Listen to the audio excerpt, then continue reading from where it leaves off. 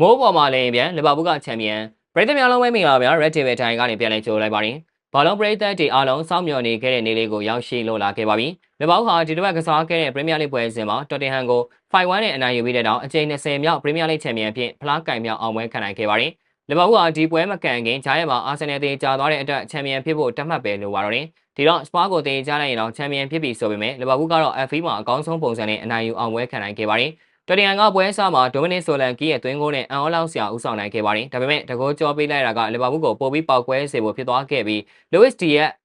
Miss Alistair, Cody Gakpo တို့ကသွင်းကိုတွေအလင်းမြန်သွင်းယူခဲ့လို့ခြေပါပေးခဲ့ကြပါတယ်။ဒုတိယပိုင်းမှာမိုဟာမက်ဆာလာကလီဗာပူးအတွက်သမိုင်းဝင်သွင်းကိုသွင်းယူပေးခဲ့ပြီးပရိသတ်ရဲ့ဆန္ဒကိုဖြည့်ဆည်းပေးခဲ့ပါတယ်။အဲဒီနောက်ဆုံးဂိုးကတော့Dusty Udogie ရဲ့အုံကိုဖြစ်ခဲ့ပြီးလီဗာပူးလည်း 5-1 နဲ့နိုင်ရရှိခဲ့ပါတယ်။လီဗာပူးဟာ2024-25ဘောလုံးရာသီမှာသူတို့ရဲ့နီးပြကြီးရာဂန်ကလော့မရှိတဲ့ပထမဆုံးရာသီကိုဖျက်ချော်ရမှာမို့ရာသီမစခင်မှာပရိသတ်တွေစိုးရိမ်နေခဲ့ကြပါတယ်။အထူးသဖြင့်လီဗာပူးကနာမည်ထွက်နေတဲ့နီးပြတွေအစားအာနီစလော့ကိုခေါ်ယူလိုက်တာကြောင့်အားလုံးအံ့အားသင့်ခဲ့ရတာပါ။အာနီစလော့ကနေရာသီမှာလီဗာပူးအတွက်ကစားမခေါ်ယူမှုတွေမလုပ်ခဲ့တယ်လို့ကလော့ရဲ့အသင်းကိုဓာတ်ရိုက်ဆက်ခံခဲ့ပြီးအသင်းဖွင့်တွေဝေလာအောင်ဆက်လက်အမြဲတမ်းမျှဝေခဲ့ပါတယ်။စလော့ရဲ့အသင်းဟာနံပါတ်6ကစားမပြဿနာကိုကောင်းကောင်းဖြေရှင်းနိုင်ခဲ့တဲ့အပြင်စလော့ရဲ့လူစားမလဲမှုမှန်ကန်မှုတွေကြောင့်လည်းရလက်ကောင်းတွေကိုအမြဲတမ်းရယူနိုင်ခဲ့ပါတယ်။တရားဒီလုံးမှာအထူးချီးကျူးရမယ့်ကစားမကတော့မိုဟာမက်ဆာလာဖြစ်ပါတယ်။ဆာလာဟာလီဗာပူးအတွက်တရားဒီလုံးအမြင့်ပြန်နိုင်အောင်တောင်ပန်တစ်ဖက်အဖြစ်ထောက်ကူပေးခဲ့သလိုတရားဒီပရီးမီယာလိရဲ့အကောင်းဆုံးကစားသမားလည်းဖြစ်နေခဲ့ပါတယ်။ဆာလာကတရားဒီမှာပရီးမီယာလိသွင်းကို28ဂိုးနဲ့ဖန်တီးမှု18ကြိမ်ထိပြုလုပ်ဝေးထားပါတယ်။ဆာလာဟာဒီပွဲမှာသွင်းယူခဲ့တဲ့သွင်းကိုနဲ့ပရီးမီယာလိသွင်းကို185ဂိုးပြည့်သွားတာမို့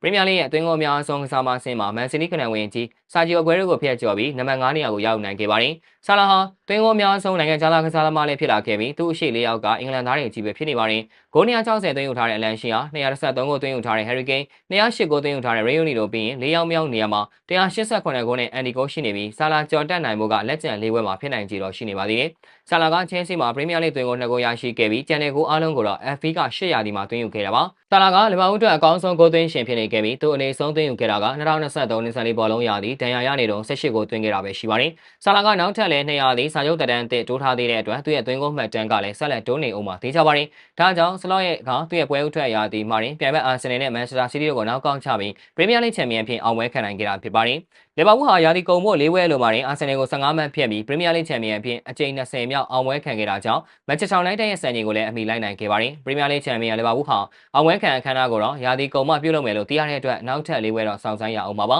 ။လီဗာပူးကနောက်တစ်ပတ်မှာချဲဆီကိုဝေးကွက်မှာရင်ဆိုင်ရမှာဖြစ်ပြီးအမတ်လူနေတဲ့အပြာရောင်တပ်သားတွေကိုကူညီပေးမလားဆိုတာကတော့ဆက်လက်စောင့်ကြည့်ရပါမယ်။လီဗာပူးဟာဒီရာသီပိတ်ပွဲကိုရာသီနောက်ဆုံးပွဲစဉ်ခရစ္စတယ်ပဲလေးနဲ့ပွဲမှာကျင်းပသွားမှာဖြစ်ပြီးနေပြဟောင်းကြီးရာဂန်ကလော့ပါတက်ရောက်မယ်လို့သိရပါတယ်။ကြည့်ရှုပေးကြတာ